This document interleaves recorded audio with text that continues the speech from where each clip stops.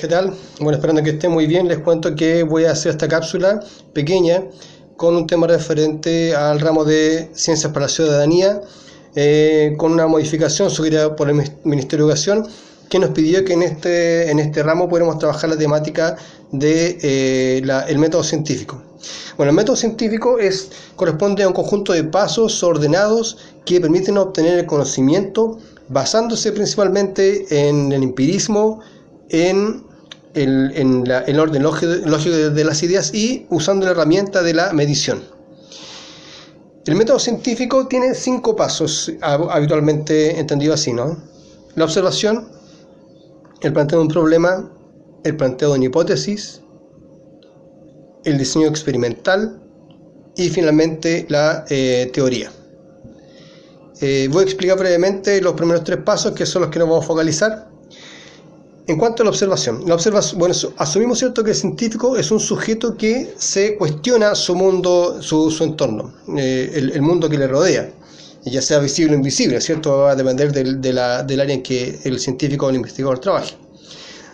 Como sea, ¿cierto?, ya sea visible o invisible, el científico es un sujeto que va a discutir, va a observar los fenómenos que le van a rodear y va a intentar dar una explicación. Y ese intento de explicación va a estar basado principalmente en la formulación de un problema.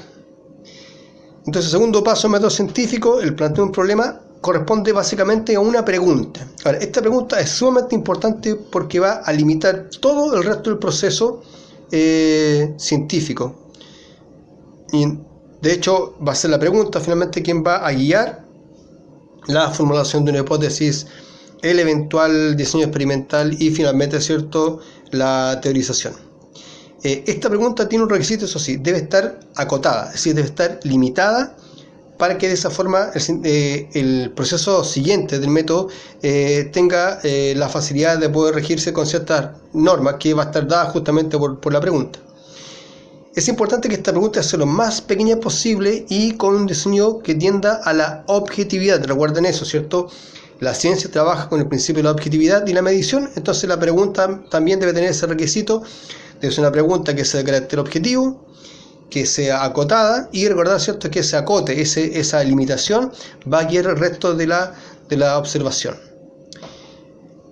Una vez, ¿cierto?, que se ha planteado el problema, el científico va a trabajar la hipótesis. La hipótesis es una respuesta a la pregunta, es una respuesta basada en su experticia técnica, en la bibliografía actualizada que se encuentra respecto al tema, en la discusión incluso con otros científicos. Bueno, la cosa es que esa respuesta va a corresponder, o esa hipótesis va a responder a la respuesta a esa pregunta, que va a estar sometida a cuestionamiento a través del diseño experimental.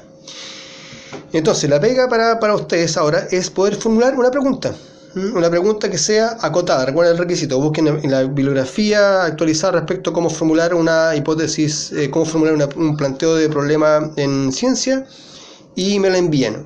¿Okay? Recuerden, la pregunta acotada, limitada, que hay que tener la idea, ¿cierto?, que va a guiar el resto del trabajo. Bien, muchachos, que estén bien. Cualquier cosa me mandan un correo. Saludos.